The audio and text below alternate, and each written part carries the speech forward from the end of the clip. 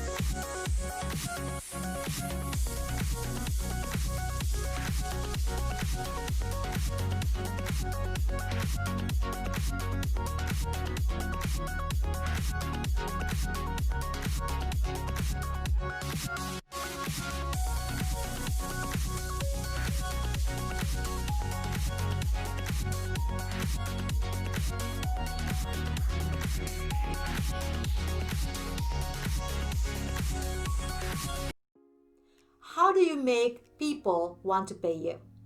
In this video, I'm going to teach you not only how to make more money from your business, but how to make people want to pay you.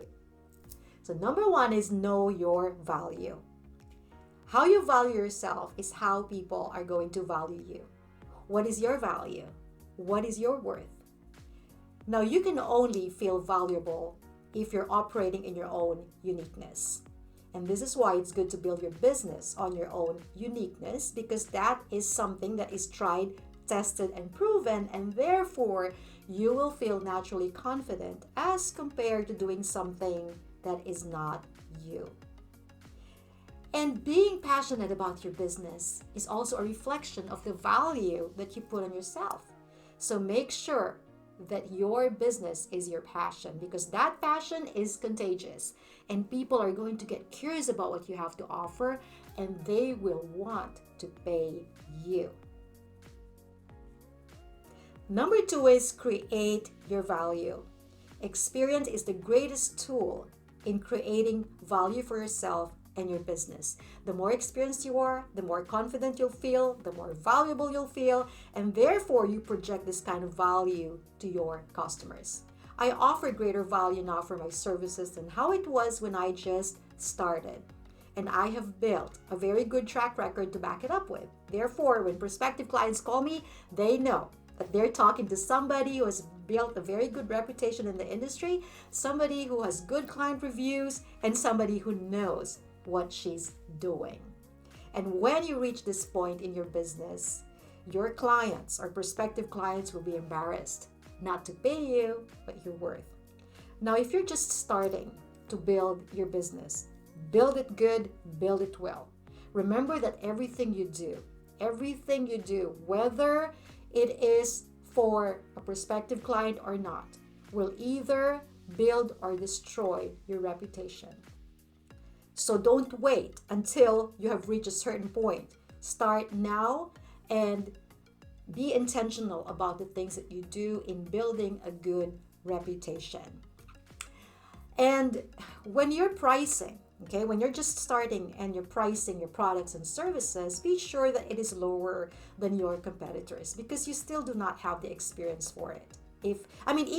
Sometimes even if you have the experience for it, if nobody knows about you, so it's good to have a lower priced item and then just build it up as you get more known in the industry or you get better at it.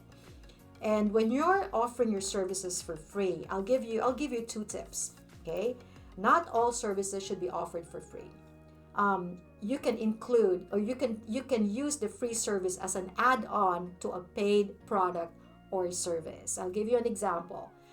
When I started my business, I resume writing was one of my services. And I didn't have career coaching back then, but eventually I wanted to add the career coaching, but people didn't know that I was offering career coaching. So what I did was I added it on to my resume writing service. I said it was free 1 hour consultation with, let's say, $150 worth of resume. But what it actually was I already priced in or incorporated the price of the career coaching into the resume writing, but it made people feel that it was for free. Because when you give everything for free, then later on when you try to offer it for a fee, nobody wants it because they got so used to availing of your services for free. And another tip I can give you when it comes to free items or free services is like if you are offering a service, okay, or even if it's a product, blogging is free. Okay, these are things that you can give for free. Give tips on that's related to your business, and videos are free. This YouTube video is free, so it not only showcases you, what you can do, what you have to offer, but it's also a good way to offer free stuff. You know, people want free stuff, but you can't give everything for free. Number 3 is increase your value. When you know what's out there and you have something to offer that is better than what other competitors of yours are offering, then you increase your value. When I started my resume writing service, I realized that none of my competitors, or there was barely any amongst my competitors, who was offering in-person meetings. And so I capitalized on that and used that as a leverage in promoting my services. So in my ads, in my promotions, I would always say that I do in-person meetings. Now that did not only bring clients to my business, but it also opened the door for my career coaching services, which I am doing now. I remember an incident when a client, and this has happened to me more than once, but there was a prospective client who told me that my prices are too high, that he can't afford it. And I remember telling him, that's okay. But I know that you will come back to me because this has happened to me many times. You will return to me because nobody else out there locally is going to be willing to sit down with you in person. And that guy wanted to sit down with me in person. And guess what? In a few days, he came back to me. And as I've said, this has happened to me many times. And that's because I have increased my value. So people are actually wanting to pay me for my services. Number 4 is don't be desperate for money. That desperation for money comes when you need the money so bad. So if you're just starting a business or you're still not making the money that you need to sustain you from your business, then I suggest having other sources of income. If you're shifting from being employed to being self-employed, make sure that you have enough money saved to sustain you for the first few months when you're still building your business. But, make sure that you are not waiting for that sale so you can pay your bills, because you will lose your service orientation and people are going to be turned off. You're going to scare them away. And I have seen this, sadly, even in churches. I have seen church leaders who got so desperate with a tithe offering because they needed to pay their bills. And I've also seen new people who quit their jobs and went full-time ministry only to pressure other people to support them. And it doesn't look right, and it actually takes away from the very essence of the call. So don't be desperate for money, because in my experience, because all of us go through that, in my experience, when I get desperate for money, I feel like I'm attracting the same energy because I'm projecting it. So when that happens, the blessing becomes elusive. But when I am not desperate for money, then blessings just start coming in. Desperation for money also makes you lose your stance. Okay, it makes you look weak, it cheapens you, and it makes you lose your integrity. I'm telling you, I've had many times when I needed the money. Okay, I needed the money, and I had prospective clients lowballing me. And I remember that, even at the point of wanting that money, I still remembered not to compromise. And I would tell a prospective client, well, that's okay. I hope you find somebody who can offer the same services for a lower fee or for something you can afford, but I doubt that you can find someone who can offer the same quality of services I offer. Well, some of those people became my clients, some did not. But the point is, I do not compromise the integrity of my business. I do not compromise the value that I have put on myself. And because of that, people come to me or return to me wanting to pay for my services. Number 5 is find the right people.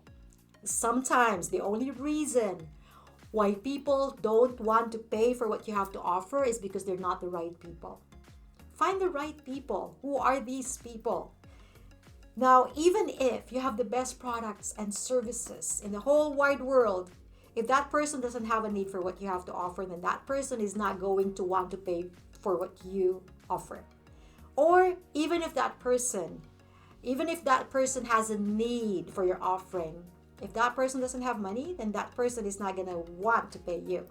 So you have to consider all that in finding the right people. Now, if I were to ask you, and you are a health coach, you're offering, product services for people's health, and I ask you, who is your target niche? And you tell me, well, anybody who values health. Now that is too broad. The more specific you can get in finding the right people or your target niche, the greater your chances that people are going to want to pay for your offering. Now, here are a few questions you can ask yourself to identify your target niche. Number 1, what is the income bracket of those people considering the price range of my products or services? So it's really important for you to know that, so that you're not just going to anybody. They have to be able to afford what you're offering. Another question you can ask yourself is, who are the people drawn to me? Now, it's not just a matter of matching the need, the customer's need to what you're offering, or solving a problem, and this is what your products or services do, but it's really a matter of attracting the right kind of people. Who are these people? Normally, the people drawn to you wouldn't even care what you have to offer. They just like you, period. And that in itself is something very crucial that I have discovered in my own business. There are just certain people who are more drawn to me. They celebrate me. They want to pay for my services because they just like me, period. So finding those types of people will help you identify your target niche. And then there are other factors like what is their profession, or where do you find them, or what is their interests. Those other factors that you've probably already heard. But what's important really is to know where these people are. Like if your target niche, age range are the younger generation, then you will find most of them on Instagram and now TikTok. So maybe the LinkedIn platform that you're using is not really applicable for them. So in finding your target niche, you also find the platforms that are more appropriate for your promotions, although you can use different platforms if you have a wider age range. But it's good to know what platforms you should use in reaching these audience, your type of audience. Now, if the social media platform you're using does not have this profile of your audience, look for them and start building that. And in building that, you may need to get rid of certain people who do not belong to your niche. That way, you dial in your customers, and once you dial in your target niche, then you can promote to them. Then they will want to pay for your services or products because they are the right people. So as a recap, here are the 5 things you need to do in order for people to want to pay you. Number 1, know your value. Number 2, create your value. Number 3, increase your value. Number 4, don't be desperate for money. And number 5, find the right people. I have so much more to share with you. And so if you're interested in a more extensive teaching and tools that will help you succeed, and tools that will make people want to pay you for what you have to offer, then I would like to invite you to Success Through You, my business online course. And you will find the link on the video description, so check it out after you watch this. Now, I want to know how this video has helped you by leaving a comment below. Tell me, what amongst those 5 tips I gave you spoke to you the most? What can you commit to do in the next 5 days? Or maybe you can tell me which of those 5 tips can you start applying in your business, or share with me whatever thoughts or insights you have in relation to what I shared with you. Now, don't forget to give this video a like and to hit the subscribe button and the bell so you'll be notified of every video I post on Wednesdays. And guys, I want to connect with you, either Facebook or Instagram. Remember, you were created for a purpose that only you can fulfill. Thank you so much, and I'll see you again next time.